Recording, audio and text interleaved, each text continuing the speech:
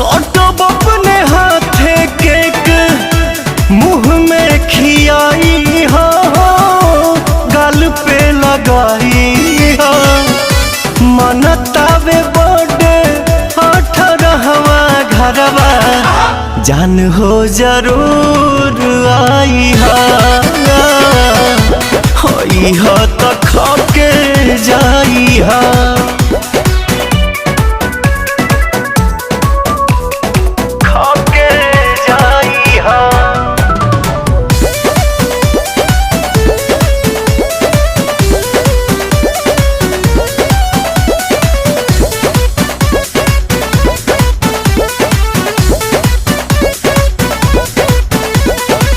भाभी के फुसिलौले है बानी, फ्रेंड हवा बतौले है बानी, संगे वाला सेल्फी